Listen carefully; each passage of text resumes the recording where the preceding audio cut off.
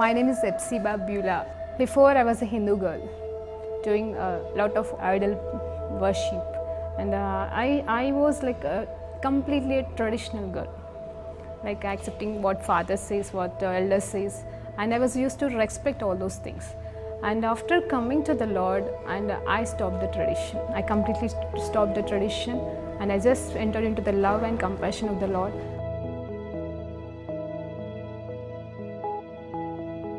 My parents arranged for the marriage, and it was like a 2 months gap from the arrangement to the marriage.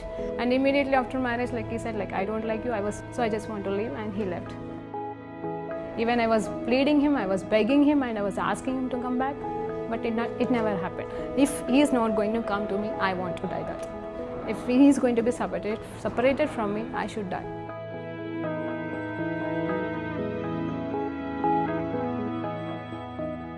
The day I was about to kill myself, I was watching a TV channel, and immediately she started like, here one girl is crying.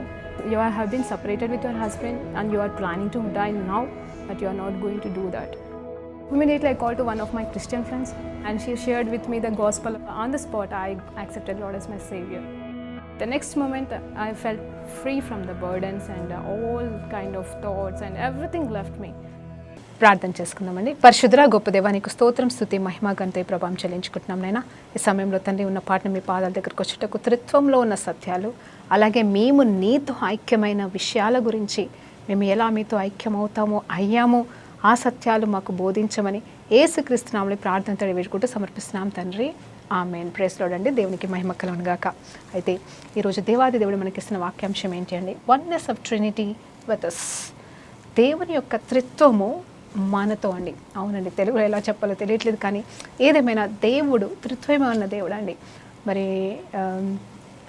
ఎలా అంటే ఆయన తండ్రి, కుమార, పరిశుద్ధాత్మ దేవుడు ముగ్గురు కూడా ఒకే వ్యక్తిగా ఉండి, మరి ముగ్గురు వ్యక్తులుగా డివైడ్ అయినట్టుగా కనిపిస్తూ, మరి దేవాది దేవుడు, తండ్రి దేవుడు, మరి అలాగే యేసు ప్రభు వారు, పరిశుద్ధాత్మ దేవుడు, ఈ త్రిత్వము మరి మనలో జీవిస్తూ, మన కోసం జీవిస్తూ, మన కోసము మరి ప్రయాసపడిన వారి గురించి మనం ఈరోజు తెలుసుకోవాలనుకుంటున్నామండి. అవును, నిజం చెప్పాలంటే మరి ఎవరి గురించో తెలుసుకోవడం కాదండి, వాళ్ళ గురించి, వీళ్ళ గురించి, గొప్ప వాళ్ళు ఉన్నారండి, మనం తెలుసుకుంటూ ఉంటాము. పెద్ద వాళ్ళ గురించి మనం తెలుసుకుంటూ ఉంటాము. మరి గొప్ప వాళ్ళ గురించి మనం తెలుసుకుంటూ ఉంటాము. వారు ఎలా గొప్పగా అయిపోయారో అని కూడా తెలుసుకుంటూ ఉంటాము. కానీ తండ్రి యొక్క కుమారుడైన యేసు ప్రభు రూపంలోకి నువ్వు వెళ్ళడానికి ఎంత ప్రయాసపడుతున్నావు, ఆయనలాగా మారడానికి ఎంత ప్రయాసపడుతున్నావు. ఈ హీరోలాగా, వాళ్ళలాగా, అంటే మన పెద్దవాళ్ళు, లేకపోతే మన కజిన్సే కావచ్చు, లేకపోతే తల్లిదండ్రులే కావచ్చు, వాళ్ళు ఏ రూట్లో వెళ్తే ఆ రూట్లో వెళ్ళడానికి ఇష్టపడుతూ ఉంటాం. కానీ దేవుని రూపంలో వెళ్ళడానికి నువ్వు ఇష్టపడుతున్నావా? మరి ఇష్టపడకపోతే మాత్రం ఈరోజు తీర్మానం తీసుకోవాల్సింది. ఎందుకంటే మనం ఏమై ఉన్నాం తెలుసా? ఆయనతో, ఆ త్రిత్వంలో, తండ్రి, కుమార, పరిశుద్ధాత్మ దేవుడితో ఏకమై ఉన్నాం బిడ్డలమట అండి. మనం ఆ సత్యాన్ని మర్చిపోయి వీళ్ళలాగా, వాళ్ళలాగా, వీరి ఆత్మ, వారి ఆత్మ కాదండి, ఆయన ఆత్మ, ఆయన సన్నిధి, ఆయనతో, ఆయనలో అని చెప్పేసి మనము నేర్చుకోబోతున్నాం ఈరోజు. హల్లెలూయా, దేవునికి మహిమ కలుగును గాక. అయితే దానికి మూలంగా మరి యోహాను సువార్త 13వ అధ్యాయం 20వ వచనాన్ని ఒకసారి చదువుదామండి. దాన్ని ఆధారం చేసుకొని మనం ముందుకు సాగుదాం. మరి యోహాను సువార్త 13వ అధ్యాయం 20వ వచనం, నేనెవరిని పంపుదునో వాని చేర్చుకున్నవాడు నన్ను చేర్చుకున్నవాడగును, నన్ను చేర్చుకున్నవాడు నన్ను పంపిన వాడిని చేర్చుకున్నవాడగును అని మీతో నిశ్చయంగా చెప్పుచున్నానని వారితో చెప్పిన. ఏంటంట? నన్ను ఎవరైతే పంపి ఉన్నారో, యేసుప్రభు వారు చెప్తున్న మాట అండి. మరి యేసుప్రభు వారి లోకానికి వచ్చారు కదా, ఆయన లోకంలో జీవించినప్పుడు తన శిష్యులతోనూ ప్రజలతోనూ చెప్తున్న మాట ఏంటంటే, ఇదిగో ఎవరైతే నన్ను పంపిన వారిని అంటే నన్ను అంగీకరిస్తారో, నన్ను పంపిన వాడిని అంగీకరిస్తారంట. హల్లెలూయా. మళ్ళీ చదువుతామండి మాట, చక్కటి మాట. నేనెవరిని పంపుదునో, క్షమించండి, నేనెవరిని పంపుదునో వాని చేర్చుకున్నవాడు నన్ను చేర్చుకున్నవాడగునంట. చూడండి, నేను ఎవరిని అంటే యేసు ప్రభు వారు ఎవరిని పంపుతారో వారిని చేర్చుకుంటే వారు యేసు ప్రభుని చేర్చుకున్నట్టట. ఆ తర్వాత చూస్తే నన్ను చేర్చుకున్నవాడు నన్ను పంపిన వాడిని చేర్చుకున్నవాడు అని మీతో చెప్తున్నాను. అంటే అలాగే నన్ను చేర్చుకున్నవాడు అంటే యేసు ప్రభుని చేర్చుకున్నవారంట, యేసు ప్రభుని పంపిన వారిని చేర్చుకున్నవాడు అంటాడు. ఎవరిని చేర్చుకున్నారు?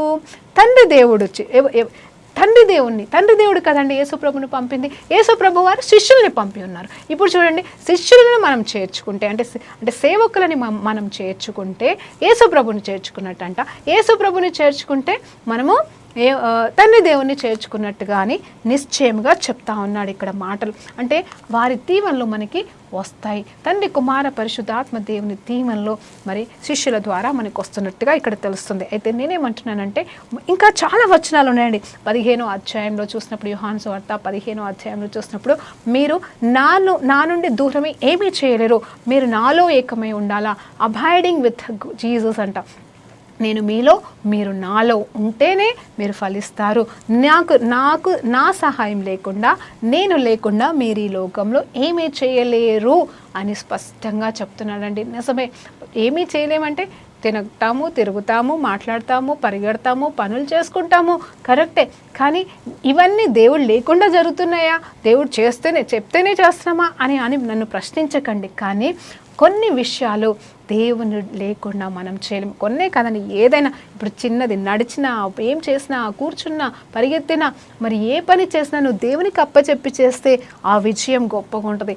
అందులో ఆ తృప్తి వేరే ఉంటుందండి. అలాగే నువ్వు సొంతంగా నేను చేయగలను చేస్తే కూడా బాగానే ఉంటుందేమో, కానీ అది ఇంకొక రకమైన మరి రిజల్ట్లోకి ఉంటుందండి.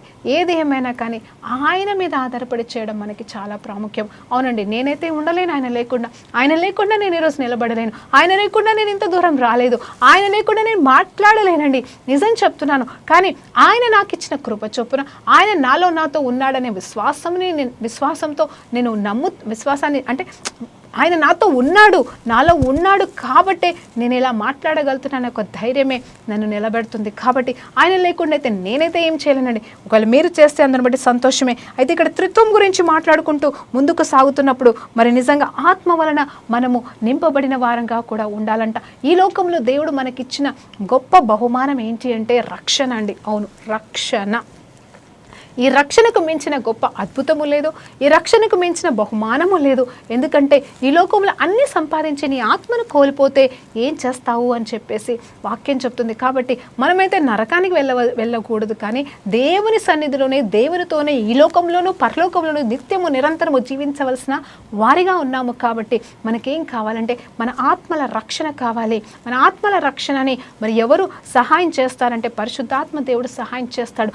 ఆయన సత్యము, యేసు ప్రభువారు మన కోసం చనిపోయాడనే సత్యాన్ని మనకి ఎవరు బోధిస్తారంటే పరిశుద్ధాత్మ దేవుడు బోధిస్తాడండి. నిజమే, వీళ్ళు చెప్పడం వల్ల మనం వింటాము, కానీ ఆ సమయంలో ఆ సత్యాన్ని మన అంతరంగంలోకి తీసుకునేలాగా చేసేది మాత్రం పరిశుద్ధాత్మ దేవుడు. ఆయన అప్పటి వరకు మన చుట్టూ ఉండి సహాయం చేస్తూ మనం ఎప్పుడు వింటామా అని ఎదురు చూస్తూ మనము ఆ యేసు ప్రభు వారిని మన లోనికి మనం ఆహ్వానించినప్పుడు హల్లెలూయా తండ్రిని కూడా ఆహ్వానిస్తున్నాము. అలాగే ఇక్కడ నన్ను పంపిన అంటే ఇక్కడ శిష్యులని మనం ఒకసారి మాట్లాడుకున్నాం. అక్కడ శిష్యులే కావచ్చు, ఇదిగో మన కోసం పంపబడిన పరిశుద్ధాత్మని మనకి పరిశుద్ధాత్మకి మనం లోబడితే మరి ఆయనను కూడా మనము మరి ఘనపరిచిన వారం అవుతాం. ఇక్కడ చూడండి, తండ్రి దేవుడు యేసు ప్రభుని పంపించాడు, యేసు ప్రభు వారు తను వెళ్తూ పరిశుద్ధాత్మను పంపించాడు. ఈ పరిశుద్ధాత్మ దేవుడు ఇదిగో మాలాంటి వారిలో, మీలాంటి వారిలో నివసిస్తూ అంటే యేసు ప్రభుని నమ్ముకున్న వారిలో నివసిస్తూ మరి ఇతరులని దీవెనకరంగా మారుస్తూ ఉన్నాడు ఈ పరిశుద్ధాత్మ దేవుడు. హల్లెలూయా, దేవునికి మహిమ కలుగును గాక. చూసారండి, వారు ముగ్గురు ఒకటై ఉన్నారు. కాబట్టి ఆ ముగ్గురు ఒకటైనప్పుడు మనలోకి వచ్చిన పరిశుద్ధాత్మ దేవుని ద్వారా మనము కూడా ఆ ముగ్గురితో ఏకమైపోతున్నాం. హల్లెలూయా. అన్ని సర్కిల్స్ లాగా వేసుకుంటే ఆయన మీలో నేను, నాలో మీరు అని చెప్పేసి యోహాను సువార్తలో 15వ అధ్యాయంలో మీరు నాలో ఉంటే నేను మీలో ఉంటే మనతో ఏ తండ్రి దేవుడు ఉంటాడని చెప్తా ఉంటాడండి.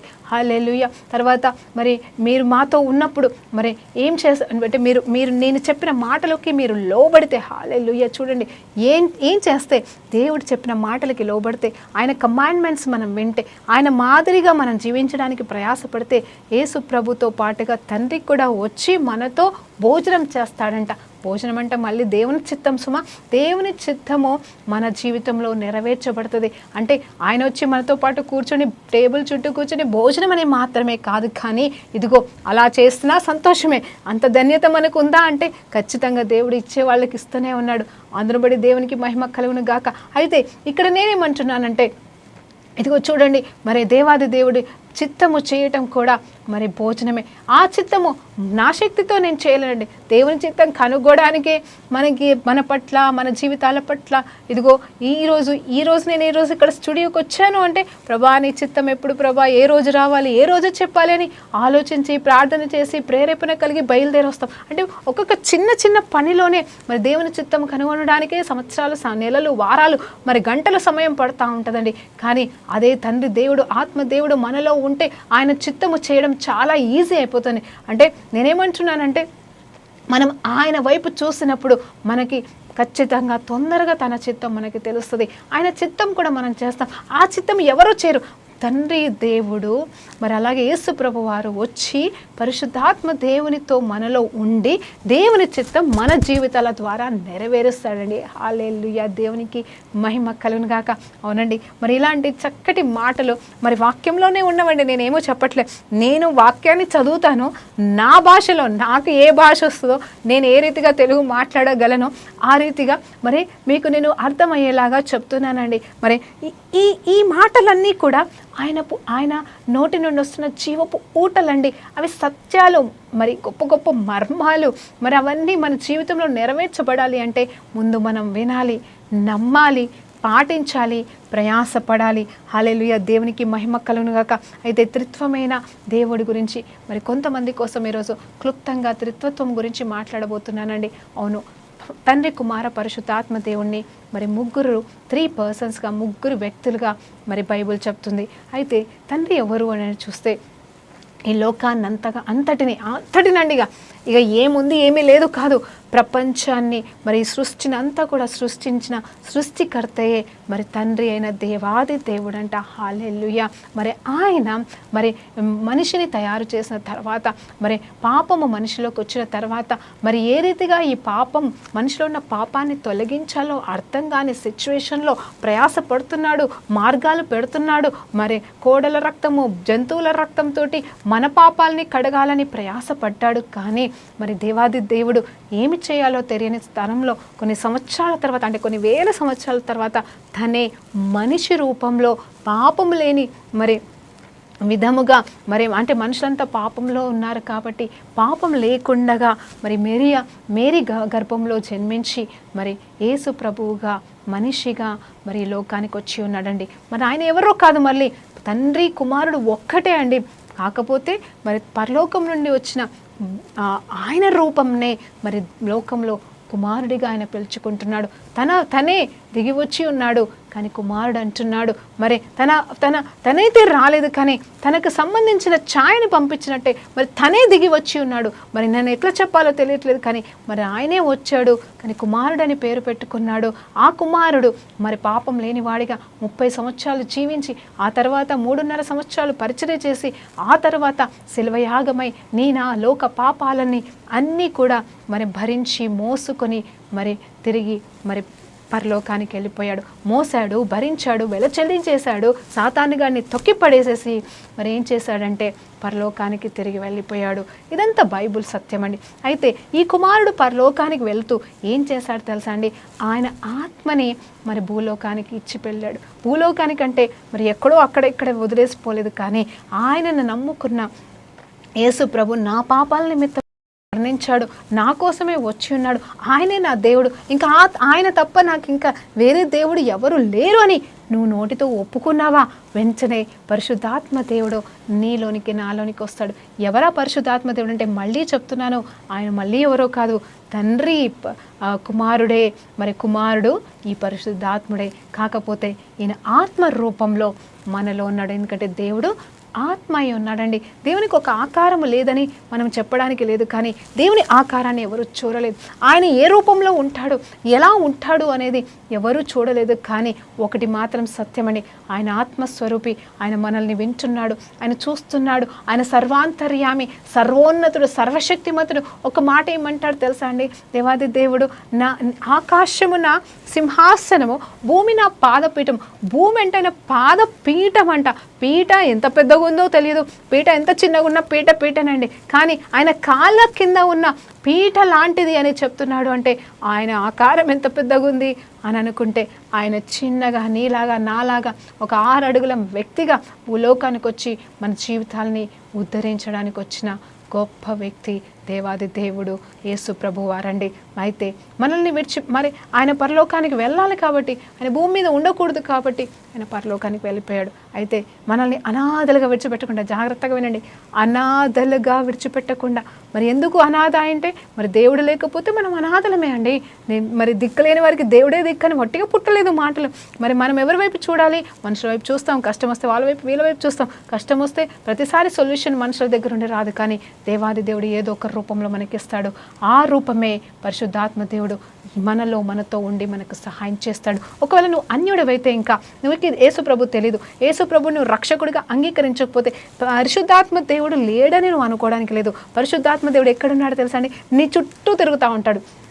ఆయన నీకు కనిపించకపోవచ్చు, వినిపించకపోవచ్చు, కానీ నీకు ఏదో ఒక రూపంలో నీతో మాట్లాడుతూనే ఉంటాడు, ఏదో ఒక రకంగా మాట్లాడుతూనే ఉంటాడు. నువ్వు యేసు ప్రభుని నమ్ముకునేంత వరకు, యేసు ప్రభుని నువ్వు అంగీకరించేంత వరకు, ఆ యేసు ప్రభు వారిని నీ హృదయంలోకి నువ్వు ఆహ్వానించేంత వరకు నీ చుట్టూ తిరుగుతూనే ఉంటాడమ్మా. జాగ్రత్తగా వినండి, ఎవరన్నా పెద్ద పెద్ద వాళ్ళు వచ్చి నీ ఇంటి చుట్టూ తిరుగుతారు, అయ్యా మా అంటే వదిలేస్తారండి. అయ్యా మా ఇంటికి రావా, ఇంత దూరం వచ్చారు కదయ్యా మా ఇంటికి రండి అని చెప్పేసి మరి పిలుస్తాం, చుట్టాలని పిలుస్తాం, ఫ్రెండ్స్ని పిలుస్తాం, అయ్యో ఇంత దూరం వచ్చారు అని మన దగ్గర వాళ్ళని పిలుచుకుంటాం. అదే ఇంకా పెద్దవాళ్ళైతే ఇంకా గొప్పగా పిలుచుకుంటాం. అలాంటిది పరిశుద్ధాత్మ దేవుడు నీ చుట్టూ తిరుగుతున్నాడని నీకు ఈరోజు సత్యం తెలుస్తుంటే నువ్వు లోపలికి పిలవకుండా ఉంటావా? లోపలికంటే నీ ఇంట్లోకి కాదండి, నీ గదిలోనికి కాదు, కానీ నీ హృదయంలోనికి నువ్వు పిలవకుండా ఉంటావా అని ఈరోజు దేవుడు ప్రశ్నిస్తున్నాడు. అవునండి, నేను త్రిత్వం గురించి క్లుప్తంగా వచ్చిరాని భాషలో అందరికీ అర్థమయ్యేటట్టుగా చెప్తున్నాను. నీ ఇష్టం. మరి పరిశుద్ధాత్మ దేవుడైతే ఇదిగో నీలాంటి ఒకవేళ క్రైస్తవుడివైతే, దేవుని నమ్ముకున్న వాడివైతే నీలో ఉన్నాడు. ఒకవేళ నువ్వు అన్యుడివైతే, ఇంకా యేసు ప్రభుని సొంత రక్షకుడిగా అంగీకరించలేదేమో, ఒకవేళ నువ్వు క్రైస్తవుడిగా పుట్టేవేమో కానీ రక్షణ అనుభవం నీకు లేదేమో, దాని అర్థం ఏంటి తెలుసా? పరిశుద్ధాత్మ దేవుడు నీ చుట్టూ తిరుగుతున్నాడు. జాగ్రత్త సుమి. నేనేమంటున్నానంటే బెదిరించడానికి కాదు, నిన్ను నాశనం చేయడానికి కాదు, నిన్ను కొట్టడానికి కాదు, లేకపోతే నిన్ను శిక్షించడానికి కాదు. ఆయన అల్లాడుతున్నాడు నీ పైన. ఆనాడు మరి యోహాను ఆది కాండము మరి 1వ అధ్యాయం 1వ వచనంలో చూసినప్పుడు కూడా ఏమని ఉంటుంది తెలుసా అండి? అక్కడ పరిశుద్ధాత్మ దేవుడు మరి అక్కడ చీకటి కమ్ముకున్నదంట, భూలోకం అంతా చీకటి కమ్ముకుంటే అక్కడ అల్లాడుతున్నాడటండి. ఎందుకు అల్లాడుతున్నాడు? యేసు ప్రభు యొక్క మాటని, యేసు ప్రభు ఒక మాట పలికితే, అంటే తండ్రి దేవుడే యేసు ప్రభువే, ఆయన ఒక మాట పలికితే వెంటనే కార్యం తలపెట్టడానికి, అంటే హీఈస్ అ వర్కర్ అండి. He is the one who works behind the words అనమాట. మనం మాట్లాడినప్పుడు కార్యాలు చేసే దేవుడు పరిశుద్ధాత్మ దేవుడు. అయితే ఇప్పుడు మరి అప్పుడు ఆయన పలకంగానే వెలుగు కమ్మనగానే వెలుగు ఎలా అయ్యింది తెలుసా అండి? పరిశుద్ధాత్మ దేవుడు చేశాడు. పరిశుద్ధాత్మ దేవుడే అక్కడ సృష్టిని అంతా కూడా సృష్టించడానికి సహాయం చేశాడు. ఆయన తలంపులతో, ఆయన జ్ఞానముతో మరి అవన్నీ చేశాడు. అందుకోసమే హోలీ స్పిరిట్ అంటే పరిశుద్ధాత్మ దేవుడు మనకి counsellor, teacher, helper, protector, provider, oh my God, అన్ని పేర్లు ఆయనకే ఉన్నాయండి. ఆయన ఉంటే చాలు, ఇంకా మనకి ఎవరు అవసరం లేదంట. హల్లెలూయా, దేవునికి మహిమ కలుగును గాక. అయితే ఇప్పుడు నేనేమంటున్నానంటే, మరి ఆ సమయంలో మరి ఆ చీకటి మీద అల్లాడుతున్నప్పుడు దేవాది దేవుడు పలకంగానే అవన్నీ ఏ రూపంగా మరి ఏది కావాలంటే అది, మరి వెలుగు కమ్మన్నప్పుడు వెలుగు, ఇదిగో సూర్యచంద్రులు కావాలన్నప్పుడు సూర్యచంద్రులు, అలా మరి పక్షులు, మరి జంతువులు, అన్ని సముద్రము, మరి అన్ని భూమి A to Z ఎంత స్పష్టంగా క్లియర్గా మరి పరిశుద్ధాత్మ దేవుని వలనే కార్యము జరిగిందండి. అలాగే ఇప్పుడు నీ నోటితో యేసు ప్రభువా నా హృదయంలోకి రాని నువ్వు పిలిచే మరుక్షణము ఎవరు వస్తారు తెలుసా అటండి? ఆత్మదేవుడు వస్తాడు. ఎవరు ఆత్మదేవుడు? పరిశుద్ధ ఆత్మదేవుడు వస్తాడు. ఆత్మ ఎవరిది? యేసు ప్రభు యొక్క ఆత్మ నీలోనికి వస్తుంది. యేసు ప్రభు ఎవరు? తండ్రి దేవుడు. ఆ తండ్రి దేవుడు ఎక్కడున్నాడు? యేసులోనే ఉన్నాడు. ఈ యేసు ఎక్కడున్నాడు? ఆ పరిశుద్ధ ఆత్మలో ఉన్నాడు. సో వాళ్ళు ముగ్గురు వచ్చి నీలోనికి వచ్చి జీవిస్తారండి. అర్థమైందా అండి? అంటే నేనేమంటున్నానంటే, కొత్తగా నేను కూడా, అంటే నేను హిందూ సాంప్రదాయం నుండి వచ్చిన దాన్నే కాబట్టి ఫస్ట్ అసలు యేసు ప్రభువే తెలియదు మనకి, ఒక దేవుడు అని తెలుసు. ఆ తర్వాత యేసు ప్రభు చర్చికి వెళ్తున్నా, జీసస్ చచ్చిపోయాడు, లేసాడు, ఓకే, ఇవన్నీ మనకు అర్థమైపోయినాయి. కానీ తండ్రి ఏంటి, మరి పరిశుద్ధాత్మ ఏంటి, ఇవన్నీ మనకి తెలియదు కదండి, అర్థం కాదు చాలామందికి. అంటే సేవకులు గొప్పగా చెప్తారు, నాకంటే కూడా బాగా చెప్తారు అర్థమయ్యేటట్టుగా. పరిశుద్ధాత్మ దేవుడే మనకి నేర్పిస్తాడండి. నిజం చెప్పాలంటే ఇప్పుడు నేనున్నాను, నాకెవరు చెప్పారు తెలుసా అండి? ఆ పరిశుద్ధాత్మ దేవుడే. యేసు ప్రభుని ఎప్పుడైతే నా అంతరంగంలోకి నేను తీసుకున్నానో, నాకు తెలియదు ఇవన్నీ, కానీ ఇప్పుడేదో మీకు చెప్పగలుగుతున్నాను, కానీ అప్పుడు ఇవన్నీ కూడా నాకు తెలియలేదు, నేను వినలేదు. కానీ పరిశుద్ధాత్మ దేవుడే ఇవన్నీ బోధించాడు. అందుకే ఆయన మనకి బోధకుడు. Is a teacher of all things అంట. హల్లెలూయా, దేవునికి మహిమ కలుగును గాక. చూడండి, మరి మీ ఇష్టం. మరి ఇంకొకటి కూడా చెప్తున్నాను, మరి ఒకవేళ మనం తప్పు చేసినప్పుడు, పాపం చేసినప్పుడు పరిశుద్ధాత్మ దేవుడు మనలో మౌనంగా ఉంటాడంట. ఒకవేళ మనము ఆ యేసుప్రభుని అంగీకరించకపోతే మన చుట్టూ ఉంటాడు.